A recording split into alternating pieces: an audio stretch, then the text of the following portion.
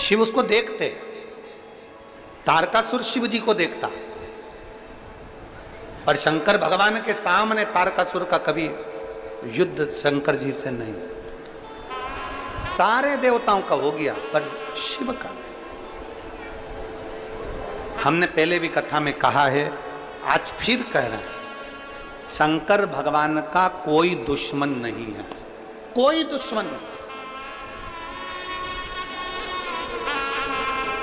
शिव का कोई द्रोही नहीं, शिव के सब प्रिय हैं। नाग, असुर, किन्नर, मनुष्य, राक्षस, देवता, गंधर्व, जितने जीव, थलचर, वायुचर, जितने जितने जीव हैं, जितने जितने भी हैं, सब भगवान शंकर के प्रिय हैं।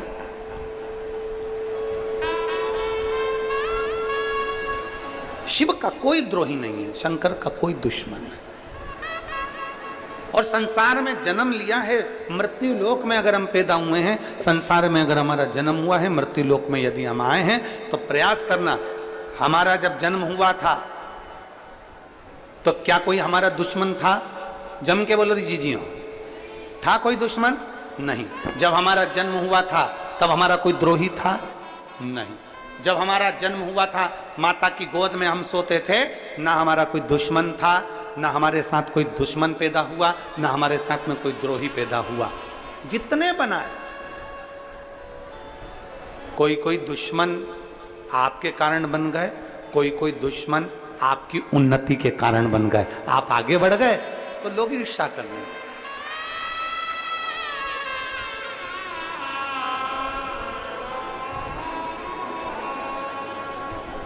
और फिर निवेदन है,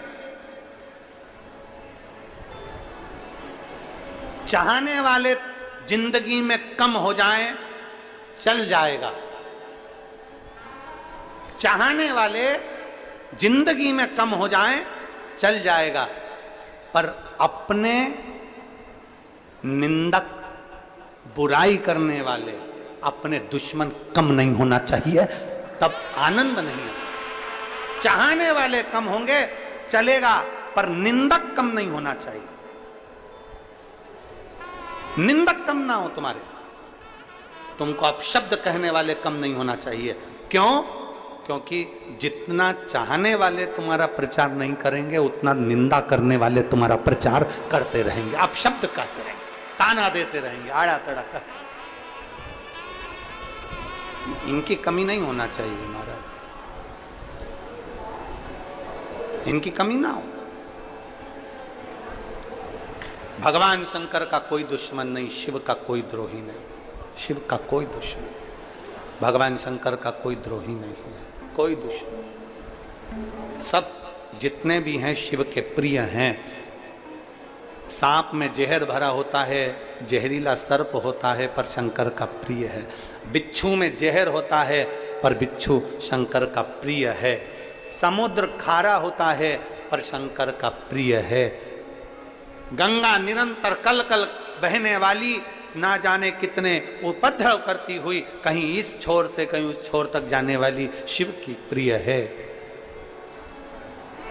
नंदी, भृंगी, श्रृंगी, भूत, प्रेत, डाकनी, पिशाचनी, चुड़ैल आदि जितने जितने हैं, शंकर के सब प्रिय हैं। शिव का कोई द्रोही नहीं, शंकर का कोई दुश्मन नहीं, शंकर के सब चाहने वाले हैं, सब चाहने वाले। एक कथा आती है, बड़ा सुंदर एक संवाद आता है।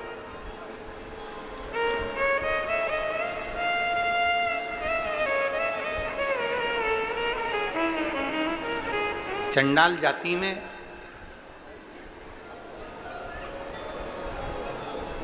एक कौर नाम की एक स्त्री, चंडाल। अब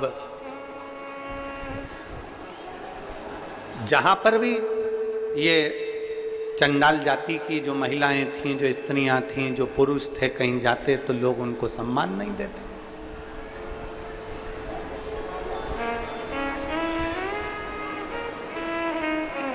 अब देखिएगा जरा शिव कथा क्या कह रही, कोई इनको सम्मान नहीं देता।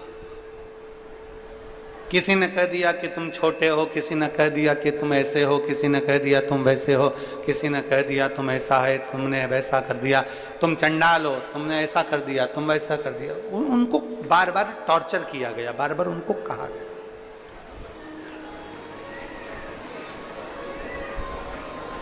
चंडाल जाति में वो महिलाएं बेचारी आंख में आंसू भरी। अब हम क्या करें, हमें थोड़ी ना मालूम कि परमात्मा ने हमको कहां जन्म दिया।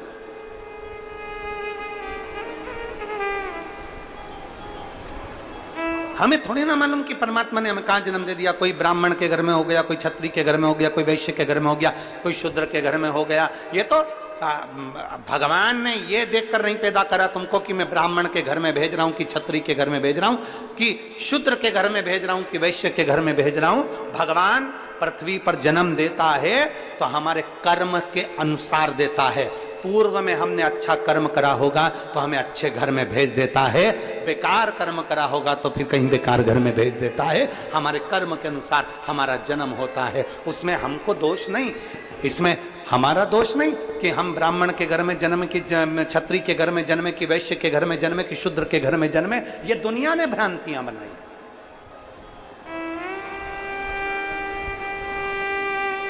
आज जो राष्ट्र को बांटा जा रहा है ना, ये जातियों में बांटा जा रहा है। इस जाति के लोग ज्यादा हैं, उसको पकड़ के रख लो। इस जाति के लोग ज्यादा हैं, वहां पर इनका दबदबा ज्यादा है, इसको पकड़ के रख लो। वहां उसकी जाति के लोग ज्यादा हैं, उसको पकड़ के रख लो। केवल जातियों में लोगों को बांटा जा रहा है, केवल जातियों। और शास्त्र कहता है, शिव महापुराण की कथा कहती है, शंकर की कथा कहती है, शिव कथा कहती है। जाति से बाहर निकलो और अपने आप को बलवान बनाकर कहो कि हम चाहे ब्राह्मण हो, चाहे क्षत्रिय हो, चाहे वैश्य हो, चाहे शूद्र हो, उससे पहले हम सनातनी हिंदू हैं।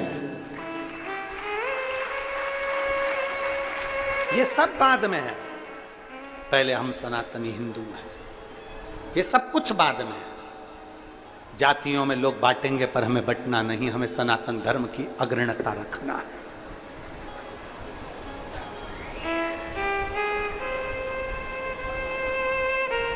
अब वो चंडाल जाति की माताएं सब इकट्ठी हो गई, इकट्ठी होकर अब वो क्या करे, किसको भजे। उसमें एक महिला ऐसी थी जिसका नाम था कौर। अब वो कौर महिला ऐसी थी कि जितनी भी उसकी जात की माताएं थी सबको बिठाकर पार्वती जी का, शिव जी का गुणगान किया करती थी, शंकर भगवान को भजा करती थी, माता पार्वती का स्मरण किया करती थी, शिव का स्मरण किया करते थे। क्यों? कारण क्या? क्योंकि शंकर भगवान, देव अधिदेव महादेव भगवान शिव एक ऐसे हैं, भगवान शंकर एक ऐसे हैं जो सबके हैं, पशु के, पक्षी के, जलचर के, थलचर के, वायुचर के, सबके हैं। शिव केवल एक ऐसे हैं जो सबके हैं, सबके हैं। और उठाओ शास्त्र, शास्त्र में आपको देखने को मिलेगा, शास्त्र में आपको पढ़ने को मिलेगा। अगर हमारी वाणी पर भरोसा ना हो तो एक बार शिव महापुराण की कथा गीता प्रेस गोरखपुर की लेकर आओ, उसको पढ़िए। और कुछ ना पढ़ सको तो 12 ज्योतिर्लिंग की कथा पढ़िए। 12 ज्योतिर्लिंग की कथा में आपको मिलेगा भगवान राम शंकर भगवान की स्थापना करते हैं। 12 ज्योतिर्लिंग की कथा में मिलेगा आपको, एक एक शब्द आप पढ़िए। चंद्रदेव शिव जी की आराधना करते हैं, देव ऋषि नारद शिव जी की आराधना करते हैं, सारे देवता भगवान शंकर की आराधना करते हैं, सारे देव मिलकर भगवान शिव का गुणगान करते हैं एक एक। और देवताओं के साथ में आपको यह भी मिलेगा कि एक डाकू किसी को पूजन करते हुए देखता है तो वो भी पूजन में लग जाता है। ये गुंजायमान कम कर दो।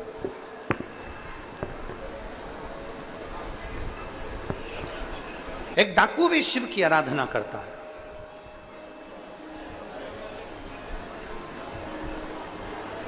आराधना में लीन। अब देखा कौर ने हम किसको बजाएं? एक यहाँ पर हमको मालूम नहीं है छत्तीसगढ़ का तो नियम, पर हमने जो देखा है वो हम कर सकते हैं। हमें छत्तीसगढ़ का नहीं मालूम। हमारे सीहोर में हमारे घर की जो माताएं हैं वो सुहागिल करती हैं। यहाँ करती हैं सुहागलें सुहागल करती हैं। तो उसमें क्या करती हैं, एक मिट्टी का ऐसा ढेला बनाकर पाटे पर रखती हैं, उसमें सिंदूरा डालती हैं और सुहागिलें करती हैं। उसमें कुछ कुछ रखती हैं, ऐसी माताएं चारों तरफ बैठ जाती हैं सुहागवती, और फिर सबकी गोदी में वो दिया जाता है और वो पाटे पर जो सिंदूरा रखा जाता है उस सिंदूरा में से वो मांग में सिंदूर भरती हैं। अब यहाँ होता है कि नहीं होता हमको नहीं मालूम, पर हमने देखा है। आपके इधर होता होगा, होता है? अच्छा ठीक। क्या कहते हैं उसको, गोरनी की सुहागिल? सुहागल कहते हैं, ठीक।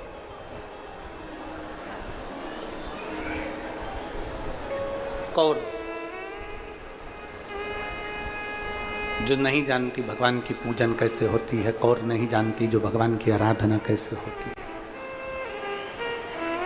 कौर नहीं जानती कि भगवान की पूजन आराधना उनकी भक्ति कैसे होती है, वो नहीं जानती। एक तो उसने भगवान शंकर का शिवलिंग बना लिया, मिट्टी का पार्थिव, और दूसरा उसने मिट्टी की एक गौर बना ली, गौर।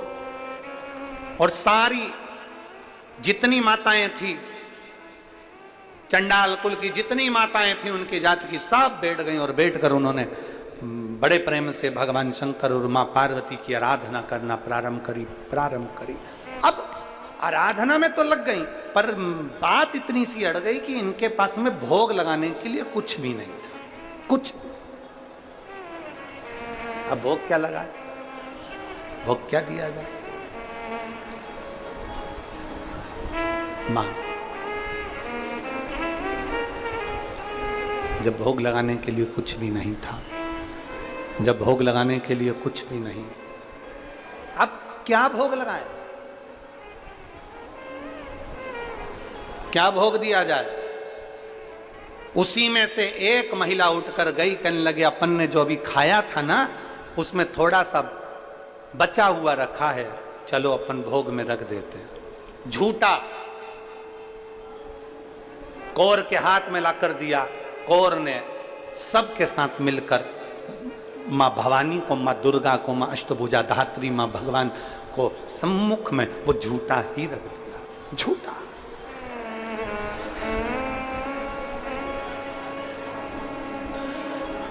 भगवान शंकर देखकर बड़े प्रसन्न हो गए, बहुत प्रसन्न।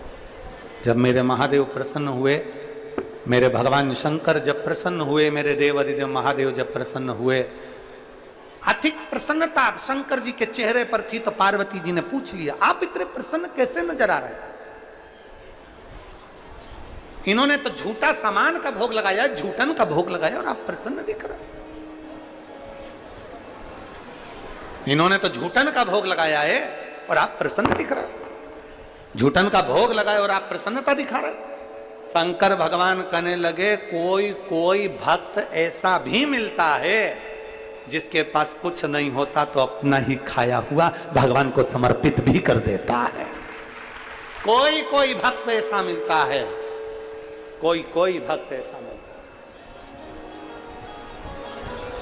पार्वती जी कहती हैं, प्रभु तो क्या मुझे स्वीकार करना चाहिए?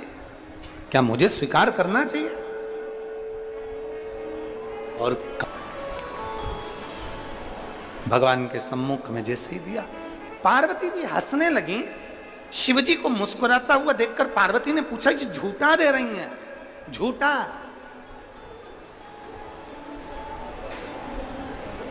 ये झूठा दे रही हैं?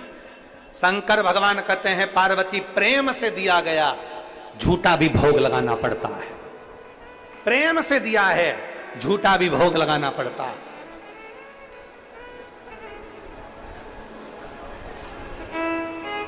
झूठा? हां, पार्वती मैया ने तो झूठा का भोग स्पर्श ना किया। शंकर भगवान ने झूठे का भाग जैसे ही उठाया, उठाते से ही उस भाग में से थोड़ा सा टुकड़ा नीचे गिर गया। जो नीचे गिरा तो उसमें से पार्वती जी का एक अंश प्रकट हो गया। मां मातंगी सामने प्रकट हो गई। मां मातंगी सामने प्रकट हो गई। जैसे ही मातंगी माता प्रकट हुई, सुंदर उनका हरा वर्ण है देने वाली मेरी मां सम्मुख में जैसे ही प्रकट हुई, प्रकट होते से ही माता पार्वती ने पूछा शंकर जी से, ये कौन है? शंकर भगवान कहते हैं, सुनो पार्वती, अपने भक्त के झूठे भोजन को पाने के लिए तुमने ये तुम्हारा एक अवतार मातंगी के रूप में लिया है। मातंगी के रूप में? प्रभु, क्या आप मुझे नहीं मिलोगे? शिव जी कहते हैं, मैं मातंग बनकर तुम्हें प्राप्त होऊंगा। मैं स्वयं मातंग बनूंगा, तुम मातंगी बनोगे। शंकर जी के 10 अवतार में से एक अवतार है भगवान शंकर का, एक नाम है मातंग। शिव जी का एक नाम है मातंगेश्वर महादेव और पार्वती जी का एक नाम है मातंगी। कौन सी माता? जम के बोलो जरा, मातंग। आज भी माता मातंगी ऐसी हैं जिनको झूठे का भोग लगता। आज भी किसके लिए प्रकट हो गए? शिव किसके लिए? जो लोग कहते हैं कि भगवान शंकर तो लोग कहते हैं, कोई कहते हैं कि इनसे भगवान प्रसन्न हो जाते हैं, कोई कहते हैं धन वालों से भगवान प्रसन्न हो जाते हैं, कोई कहे करोड़पति से भगवान प्रसन्न हो जाते हैं, कोई कहते हैं संपदावान से भगवान प्रसन्न हो जाते हैं। करोड़पति से, धनपति से दुनिया के लोग प्रसन्न हो सकते हैं, पर करोड़पति और धनपति से मेरा महादेव नहीं। मेरा महादेव तो तुम दिल से पुकारो उससे प्रसन्न हो जाता है। करोड़ों के धन से मेरा महादेव प्रसन्न नहीं होता, लाखों के धन से मेरा महादेव प्रसन्न नहीं होता। मेरे महादेव को प्रसन्न करने के लिए तुम्हारे निर्मल मन जो तुम्हारे पास में है वो तुम दे दो शंकर, जो तुम्हारे पास।